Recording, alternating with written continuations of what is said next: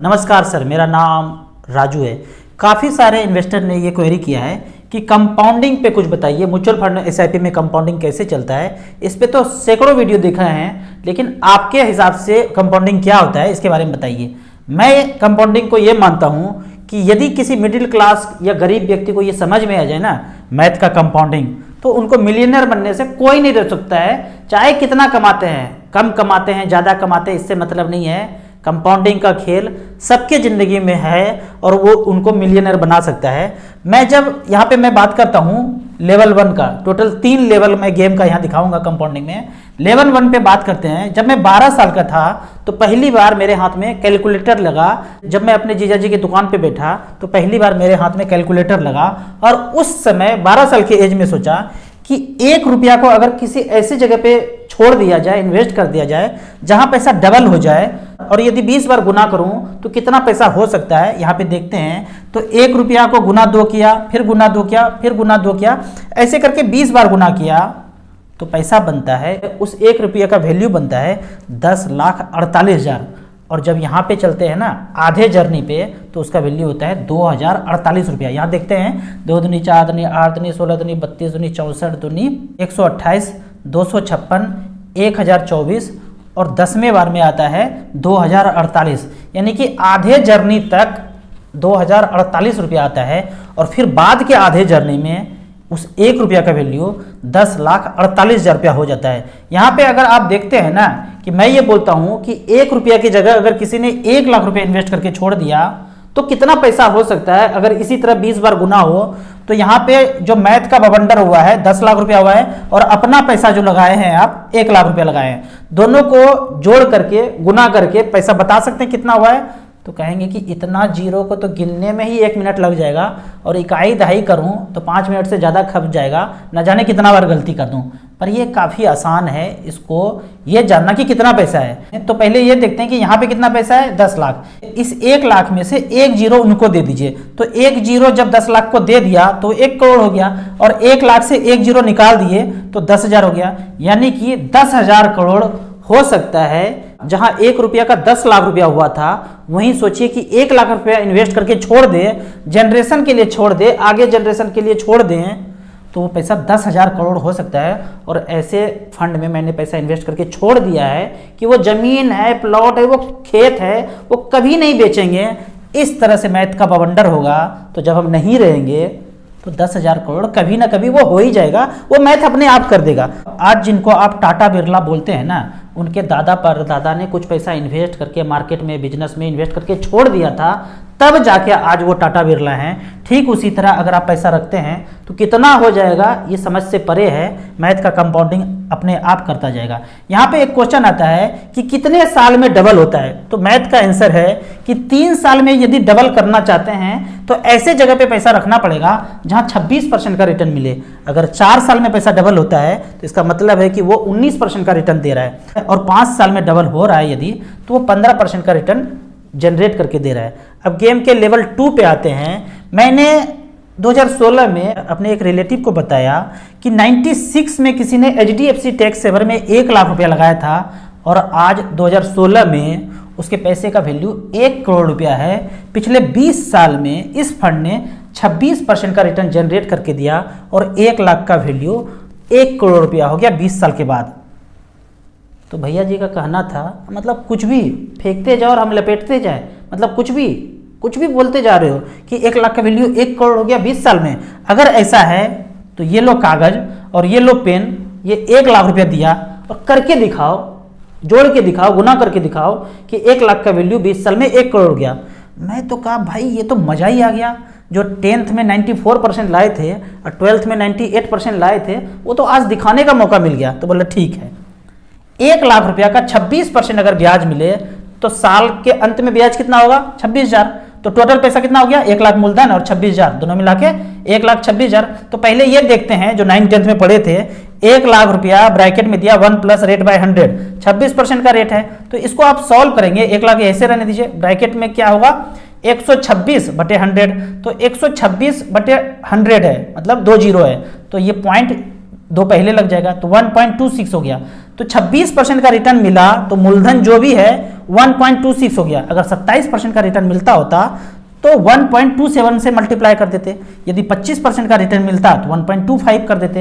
यदि 15% का रिटर्न मिले तो 1.15 से मल्टीप्लाई करेंगे और 10% का रिटर्न मिले तो 1.10 से मल्टीप्लाई करेंगे। तो पहले ही साल में 1 लाख का वैल्यू 1,26,000 हो गया, 1.26 से मल्टीप्लाई किया 1,26,000 हो गया।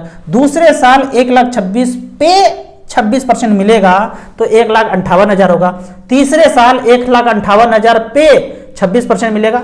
म्यूचुअल फंड में तो कंपाउंडिंग चलता है, जो पैसा आपका है उस पे कंपाउंडिंग होगा। तो 1,58,000 पे कंपाउंडिंग चला 26% का तो 2 लाख हो गया। अब 2 लाख पे देखिए, अगर 25% करते हैं 1/4 अगर बढ़ाते हैं तो 2 लाख का 1/4 कितना होता है 50,000 रुपया। तो 50,000 तो मोटा मोटी गणित समझ में ही आ रहा है, तो 2.5 लाख हो जाएगा। पर 26% है, 37 रुपया और है तो 2.5 लाख से थोड़ा सा ज्यादा होगा। तो यहाँ पे देखते हैं 2,37,000 का 26% 2,52,000 हुआ। इस तरह से जर्नी चलता गया। 10वें साल में आधे पड़ाव पे आप देखेंगे, 20 साल का आधा 10 साल, 10वें साल में ये पैसा 1 लाख रुपया इन्वेस्टेड जो है और वो 26% का जनरेट करता गया तो 10,08,000 होता है। इस तरह से कहानी आगे चलता गया। मैं करता रहा कैलकुलेशन कागज पेन पे। 19वें साल में 26% से जब मल्टीप्लाई किया तो 80,73,000 हो गया और 20वें साल में वो 1 लाख का वैल्यू 1,01,72,000 हो गया।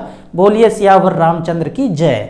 यहां पे जैसे ही मैंने ये समीकरण सिद्ध करके दिखाया, उनका तीसरा आंख खुल गया और कहते हैं कि भाई जितना दुनियादारी किया था ना अभी तक, 1 प्लॉट 2 प्लॉट 3 प्लॉट, चौथा और 5वां प्लॉट लिया, सबको साइड करो।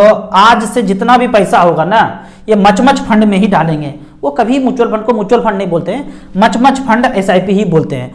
उन्होंने जर्नी शुरू किया, जो भी पैसा आता गया, प्लॉट जितना लिए थे, फ्लैट जितना लिए थे, छोड़ के म्यूचुअल फंड में इन्वेस्ट करना शुरू किया। 6 साल बीत गया है, उनके पोर्टफोलियो पे 70 लाख रुपया है और सारा का सारा पैसा यहाँ पे आप म्यूचुअल फंड में इन्वेस्ट करते जा रहे हैं।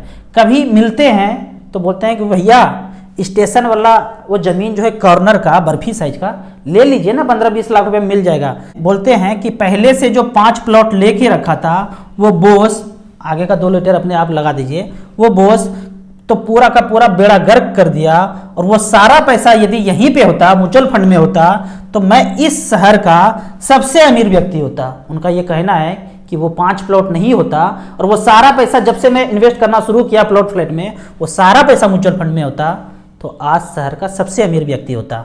आजकल मैं पूछता हूँ कि क्या करते हैं, तो बोलते हैं कुछ नहीं, टिकटॉक पे वीडियो बनाता हूँ और टिकटॉक जब से भारत सरकार ने बंद किया है तो मौज पे वीडियो बनाता हूँ, मेरा तो मौज ही मौज है। तो आप अगर यहाँ पे आप एक चेक करना चाहेंगे ना कि देश का सबसे अमीर व्यक्ति कौन है, एक्सेल शीट लीजिए और नाम लिखना शुरू कीजिए, 1 2 3 4 5 6 7 8 9 10 सबसे अमीर व्यक्ति। अब पता कीजिए कि सबसे अमीर व्यक्ति वो क्यों है, तो पता चलेगा कि उनका पैसा मार्केट में इन्वेस्टेड है, इसीलिए वो अमीर व्यक्ति हैं। हो ही नहीं सकता है कि टॉप मोस्ट अमीर व्यक्ति है और उनका पैसा मार्केट में नहीं है। अब फाइनल गेम का बात करते हैं, अपने लिए बात करते हैं। मैं अपना पैसा देखता हूं ना, ये आज लगभग 1 करोड़ रुपया है। आज से 3 साल पहले पीछे चलता हूं तो लगभग 50 लाख रुपया का पोर्टफोलियो था। उसके पीछे 3 साल चलता हूं तो लगभग 25 लाख रुपया था। उसके पीछे 3 साल चलता हूं तो लगभग 10 लाख रुपया था और उसके पीछे देखता हूं तो 5 लाख का पोर्टफोलियो है। आप अपने पोर्टफोलियो पे झांक करके देखिए कि सोच के देखिए कि 3 साल पहले कितना पैसा था। यदि आपका SIP 10,000 15,000 20,000 का चल रहा है, जो कि मेरा चलता था 15 से 20,000 का SIP, तो मैं अपने पोर्टफोलियो को इसी तरह ग्रो होता हुआ नजर आता है। हर 3 साल में पैसा डबल हो रहा है, 3 से 4 साल में ऑलमोस्ट डबल हो जाता है। आप अपने पोर्टफोलियो को देखेंगे तो यही नजर आएगा। तो यहाँ पे अगर देखा जाए तो 2 चीज हो रहा है, आपके मेहनत का पैसा जो आप जमा कर रहे हैं उस पर तो रंग लग ही रहा है, और जो मैथ का जो कंपाउंडिंग का रंग है ना वो दोनों चल रहा है। दोनों चढ़ने के साथ ही आपको फास्टर वे में फाइनेंशियल फ्रीडम यहाँ पे मिलता है। जो भी पैसा है आप डालते जाते हैं, ज़्यादा नहीं बोलता हूँ, 10 से 12 साल आप सारा का सारा पैसा जितना कमाते हैं खर्च करने के बाद झोंक दीजिए, फास्टर वे में आप फाइनेंशियल फ्रीडम पा लेंगे। अब यहाँ पे एक लाइव एग्जाम्पल देखते हैं कि 3 फंड यहाँ पे मैं लेता हूँ, Nippon growth fund, Sundaram mid cap, Franklin prima fund. पिछले 20 साल पहले यहाँ पे किसी ने 1-1 लाख रुपया रखा तो उस 1 लाख का वैल्यू 20 साल के बाद आज कितना है, एक में है 75 लाख, दूसरे में 73 लाख, तीसरे में 55 लाख रुपया। परसेंटेज रिटर्न चेक करते हैं, 24%, 23%, 22%।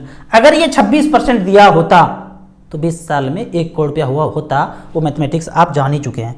आपको इसी तरह म्यूचुअल फंड के बारे में और कुछ जानना है, इन्वेस्टमेंट के बारे में जानना है, तो इस नंबर पे मुझे व्हाट्सअप कर सकते हैं। आप ऑनलाइन एसआईपी लेना चाहते हैं, हमसे जुड़ना चाहते हैं, तो लिंक में जाके ऐप में रजिस्ट्रेशन करने के बाद हमसे जुड़ सकते हैं। आप चाहते हैं कि आपकी बड़ी दीदी या छोटा भाई गरीब है और चाहते हैं कि आपका कोई मित्र सुदामा है, इनके पास इतना पैसा नहीं है, तो इस वीडियो को उनको भेज दीजिए और उनको कहिए 1-1 हज़ार का एसआईपी 2 कर लो, मेरे बात पे कर लो, भरोसे पे कर लो। कहाँ करना है? एसबीआई स्मॉल कैप में, एसबीआई मिड कैप में। कैसे करना है? एसबीआई के ब्रांच में जाना है, फॉर्म भरना है, पैन कार्ड, आधार कार्ड, कैंसिल चेक दे के शुरुआत कर देना है। धीरे धीरे देखेंगे इनकी ज़िंदगी में, उनको पोर्टफोलियो में इतना पैसा होगा कि आने वाले दिनों में वो सुखमय ज़िंदगी हमारे आपकी तरह वो जी सकते हैं। वीडियो अच्छा लगे तो व्हाट्सएप यूनिवर्सिटी में दोस्तों के बीच, रिलेटिव के बीच इसे जरूर शेयर करें। यूट्यूब पर देख रहे हैं तो लाइक एंड शेयर जरूर करें। Thank you so much.